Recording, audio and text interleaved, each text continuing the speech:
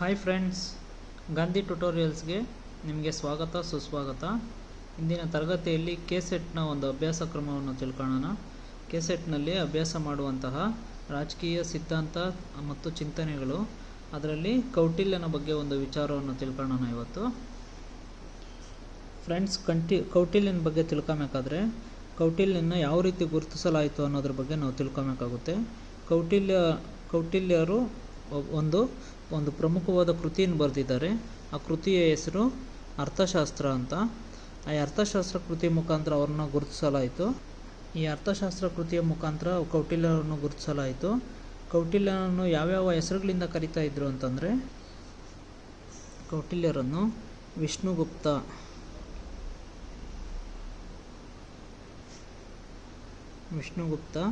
ಚಾಣಕ್ಯ,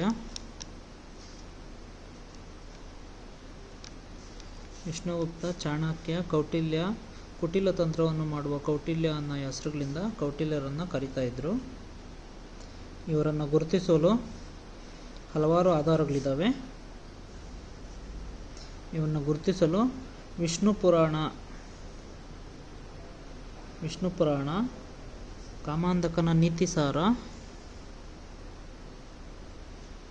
ನೀತಿಸಾರ, ದಶಕುಮಾರ ಚರಿತ್ರೆ, ಈ ಥರ ಎಲ್ಲ ಕೃತಿಗಳನ್ನ ಅಭ್ಯಾಸ ಮಾಡಿ, ದಶಕುಮಾರ ಚರಿತ್ರೆಯ ಕರ್ತೃ ದಂಡಿ, ಆಮೇಲೆ ಪಂಚತಂತ್ರದ ಕರ್ತೃ ಬಾಣ, ಈ ಥರ ಎಲ್ಲರ ಕೃತಿಗಳನ್ನು ಅಭ್ಯಾಸ ಮಾಡಿ ನಾವು ಕೌಟಿಲ್ಯನ ಬಗ್ಗೆ ತಿಳ್ಕೊಂಬೋದಾಗಿದೆ. ಕೌಟಿಲ್ಯ ಯಾವ ರೀತಿ ಅವನು ಫೇಮಸ್ ಆದ, ಪ್ರಮುಖವಾದ ವ್ಯಕ್ತಿ ಆದ ಅನ್ನೋದನ್ನು ನಾನು ವಿವರವಾಗಿ ಹೇಳ್ತೀನಿ. ಈ ಕೃತಿಗಳ ಮುಖಾಂತರ ಕೌಟಿಲ್ಯ ನಂದವಂಶದ ದೊರೆ ಇರ್ತಾನೆ.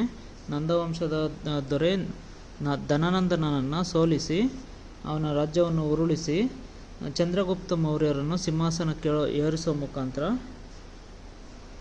ಸಿಂಹಾಸನಕ್ಕೇರಿಸುವ ಮುಖಾಂತರ ಅವನು ಒಬ್ಬ ಮಂತ್ರಿಯಾಗಿ ಕೌಟಿಲ್ಯ ರಾಜ್ಯವನ್ನು ಸ್ಥಾಪನೆ ಮಾಡ್ತಾನೆ. ಅರಿಸ್ಟಾಟಲ್ ಅರ್ಥಶಾಸ್ತ್ರ ಕೃತಿಯನ್ನು ಕ್ರಿಸ್ತಪೂರ್ವ 235ರಿಂದ 296ರ ಸಮಯದಲ್ಲಿ ರಚಿಸಿರಬಹುದು ಅಂತ ಕೆಲವು ಊಹೆಗಳಿದ್ದಾವೆ. ಫ್ರೆಂಡ್ಸ್, ಈ ಕೌಟಿಲ್ಯನನ್ನು ಅರಿಸ್ಟಾಟಲ್ನಿಗೂ ಹೋಲಿಕೆ ಮಾಡ್ತಾರೆ ಮತ್ತು ಮೆಕೆವೆಲಿಗೂ ಹೋಲಿಕೆ ಮಾಡ್ತಾರೆ.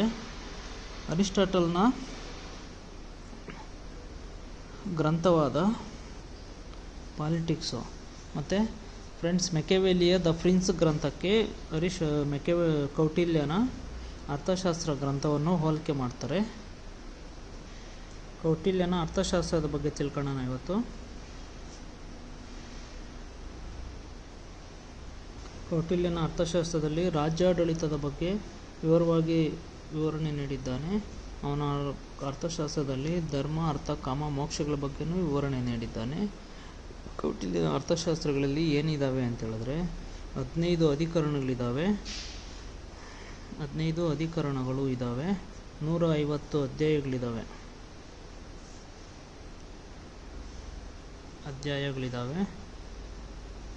180 ಪ್ರಕರಣಗಳನ್ನು 180 ಪ್ರಕರಣಗಳಾಗಿ ವಿಭಜಿಸಿದ್ದಾನೆ.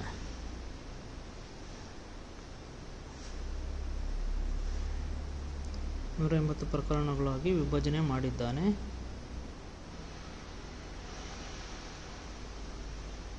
ಅರ್ಥಶಾಸ್ತ್ರ ಕೃತಿಯಲ್ಲಿ ತಂತ್ರ ಮತ್ತು ಅವಾಪ ಎಂಬ 2 ಶಬ್ದಗಳನ್ನು ಬಳಸಿದ್ದಾನೆ. ತಂತ್ರ ಅಂದರೆ ಏನು, ಅವಾಪ ಅಂದರೆ ಏನು ಅಂತ ತಿಳಿಸ್ಕೊಡ್ತೀನಿ. ತಂತ್ರ ಅಂದರೆ ರಾಜನು ಪ್ರಜೆಗಳ ರಕ್ಷಣೆ ಯಾವ ರೀತಿ ಮಾಡಬೇಕು, ಪ್ರಜೆಗಳ ಯೋಗಕ್ಷೇಮವನ್ನು ಒದಗಿಸುವುದನ್ನು ತಂತ್ರ ಅಂತ ಕರೆದಿದ್ದಾನೆ. ಪ್ರಜೆಗಳ ರಕ್ಷಣೆ ಮತ್ತು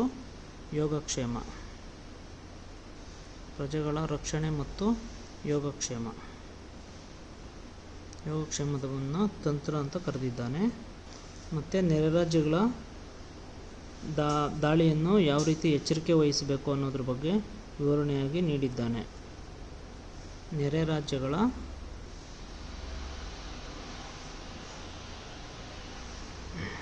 ಮೇಲೆ ಎಚ್ಚರಿಕೆ ವಹಿಸುವ ಸಿದ್ಧತೆಗಳ ಬಗ್ಗೆ ಎಚ್ಚರಿಕೆ ವಹಿಸುವ ಸಿದ್ಧತೆಗಳ ಬಗ್ಗೆ ಅವಾಪ ಅಂತ ಕರೆದಿದ್ದಾನೆ. ಸಿದ್ಧತೆಗಳನ್ನು ಅವಾಪ ಅಂತ ಕರೆದಿದ್ದಾನೆ. ಫ್ರೆಂಡ್ಸ್, ಈ ಅರ್ಥಶಾಸ್ತ್ರ ಕೃತಿಗಳಲ್ಲಿ ಬರುವಂತಹ ಕೆಲವು 280 ಅಧಿಕರಣಗಳಲ್ಲಿ ಕೆಲವು ಅಧಿಕರಣಗಳನ್ನು ಸಂಕ್ಷಿಪ್ತವಾಗಿ ತಿಳಿಸ್ಕೊಡೋವಂಥ ಪ್ರಯತ್ನ ಮಾಡ್ತಾಯಿದ್ದೀನಿ. ಅದನ್ನು ಫಾಸ್ಟಾಗಿ ಹೇಳ್ಕೊಂಡು ಹೋಗ್ತೀನಿ, ನೋಡ್ಕೊಳ್ಳಿ ಸ್ವಲ್ಪ. ಅಧಿಕರಣ 1ರಲ್ಲಿ ರಾಜನ ಶಿಕ್ಷಣ ಮತ್ತು ಜೀವನದ ಬಗ್ಗೆ ವಿವರಣೆ ನೀಡಿದ್ದಾನೆ. ರಾಜನ ಶಿಕ್ಷಣ ಮತ್ತು ಜೀವನದ ಬಗ್ಗೆ ವಿವರಣೆ ನೀಡಿದ್ದಾನೆ. ಅಧಿಕರಣ 2ರಲ್ಲಿ ಕೇಂದ್ರೀಕೃತ ಸರ್ಕಾರದ ವ್ಯವಸ್ಥೆಯ ಬಗ್ಗೆ ವಿವರಣೆ ನೀಡಿದ್ದಾನೆ. ಅಧಿಕರಣ 3ರಲ್ಲಿ ಧರ್ಮಸ್ತ್ರೀಯ ಪೌರ ನಿಯಮಗಳ ಬಗ್ಗೆ ವಿವರಣೆ ನೀಡಿದ್ದಾನೆ. ಅಧಿಕರಣ 4ರಲ್ಲಿ ಕಂಟಕ ಶೋಧ ಅನ್ನೋ ಪದನ ಉಪಯೋಗಿಸಿದ್ದಾನೆ. ಕಂಟಕ ಶೋಧ ಅಂತಂದರೆ ಸಮಾಜದ ವಿರೋಧಿಗಳ ಬಗ್ಗೆ, ವಂಚಕರ ಬಗ್ಗೆ, ಮೋಸಗಾರರ ಬಗ್ಗೆ ತಿಳುವಳಿಕೆ ತಗೊಳೋದನ್ನು ಕಂಟಕ ಶೋಧನ ಅಂತ ಕರೆದಿದ್ದಾನೆ. ಅಧಿಕರಣ 4ರಲ್ಲಿ ಅದರ ಬಗ್ಗೆ ವಿವರಣೆ ನೀಡಿದ್ದಾನೆ. ಅಧಿಕರಣ 5ರಲ್ಲಿ ಗೂಢಚಾರಿಗಳ ಆಸ್ಥಾನಿಕರ ನಡವಳಿಕೆಗಳ ಬಗ್ಗೆ ವಿವರಣೆ ನೀಡಿದ್ದಾನೆ. ಅಧಿಕರಣ 6ರಲ್ಲಿ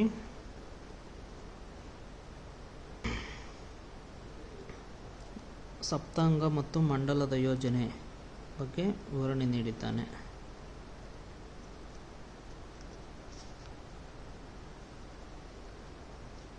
ಅಧಿಕರಣ 7ರಲ್ಲಿ ಷಡ್ಗುಣ್ಯ ಸಿದ್ಧಾಂತ ಅಂತ ಕರೀತಾರೆ, ಅದ್ರ ಬಗ್ಗೆ ವಿವರಣೆ ನೀಡಿದ್ದಾನೆ. ಷಡ್ಗುಣ್ಯ ಸಿದ್ಧಾಂತ ಅಂದರೆ ಸೈನ್ಯಗಳ ಕ್ಷಯ, ಅವಿಧೇಯತೆಗಳ ಕಾರಣಗಳು, ರಾಜ್ಯಗಳ ಒಕ್ಕೂಟ, ಯುದ್ಧ ನೀತಿಗಳ ಬಗ್ಗೆ ವಿವರಣೆಯನ್ನು ನೀಡಿದ್ದಾನೆ.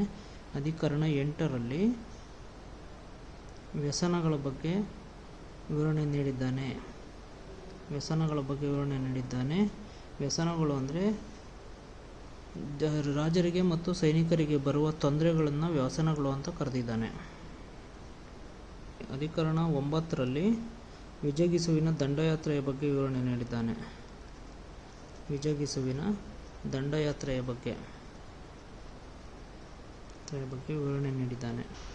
ಅಧಿಕರಣ 10ರಲ್ಲಿ ಯುದ್ಧದ ವಿಚಾರಗಳ ಬಗ್ಗೆ ವಿವರಣೆ ನೀಡಿದ್ದಾನೆ. ಅಧಿಕರಣ 11ರಲ್ಲಿ ಜನರ ಕೂಟ ಮತ್ತು ಸಂಘಗಳ ಬಗ್ಗೆ ವಿವರಣೆ ನೀಡಿದ್ದಾನೆ. 12ರಲ್ಲಿ ವಿಜಯಗಿಸುವಿನ ದುರ್ಬಲನಾದಾಗ ಉಪಯೋಗಿಸುವ ಕುಟಿಲ ತಂತ್ರಗಳ ಬಗ್ಗೆ ವಿವರಣೆ ನೀಡಿದ್ದಾನೆ.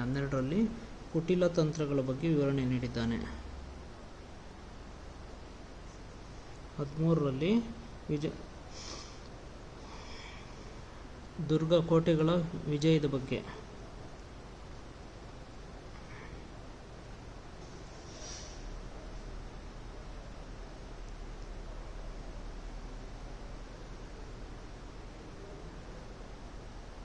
14ರಲ್ಲಿ ರಹಸ್ಯ ಉಪಾಯಗಳ ಬಗ್ಗೆ.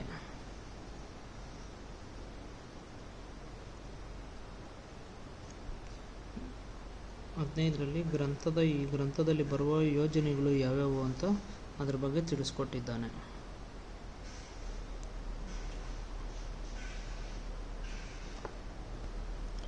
ಓಕೆ ಫ್ರೆಂಡ್ಸ್, ಕೌಟಿಲ್ಯನು ರಾಜನ ಬಗ್ಗೆ ಯಾವ ರೀತಿ ಇರಬೇಕು, ರಾಜನ ಅರ್ಹತೆಗಳು ಯಾವ್ಯಾವು, ರಾಜ್ಯ ಯಾವ ರೀತಿ ಇರಬೇಕು, ರಾಜ್ಯದಲ್ಲಿ ಕೋಟೆ ಕೊತ್ತಲಗಳು ಯಾವ ರೀತಿ ಕಟ್ಕೋಬೇಕು ಅನ್ನೋದ್ರ ಬಗ್ಗೆ ಎಲ್ಲ ವಿವರವಾಗಿ ವಿವರಣೆಯನ್ನು ನೀಡಿದ್ದಾನೆ. ಕೌಟಿಲ್ಯನು ಸಪ್ತಾಂಗ ಸಿದ್ಧಾಂತಗಳನ್ನು ನೀಡಿದ್ದಾನೆ. ಸಪ್ತಾಂಗ ಸಿದ್ಧಾಂತಗಳು ಯಾವ್ಯಾವಂದರೆ ಸ್ವಾಮಿ, ಬಲ ಅಥವಾ ಸೈನ್ಯ, ಅಮಾತ್ಯ ಅಥವಾ ಮಂತ್ರಿ, ಕೋಶ ಅಥವಾ ಭಂಡಾರ, ಜನಪದ, ಸಂಖ್ಯೆ, ಮಿತ್ರ, ಸ್ನೇಹಿತ, ದುರ್ಗ ಅಥವಾ ಕೋಟೆ. ಅಂದರೆ ಸ್ವಾಮಿ, ಬಲ, ಅಮಾತ್ಯ, ಕೋಶ, ಜನಪದ, ಮಿತ್ರ, ಕೋಟೆ ಇತ್ಯಾದಿ 7 ಅಂಗಗಳನ್ನು ಅವನ ಸಪ್ತಾಂಗ ಸಿದ್ಧಾಂತಗಳು ಅಂತ ಕರೆದಿದ್ದಾನೆ. ಸಪ್ತಾಂಗ ಸಿದ್ಧಾಂತಗಳನ್ನ ನಾವು ತಿಳ್ಕೊಂಡಿರಬೇಕು. ಅದ್ರ ಬಗ್ಗೆ ಕ್ವಶನ್ ಮಾಡ್ತಾರೆ.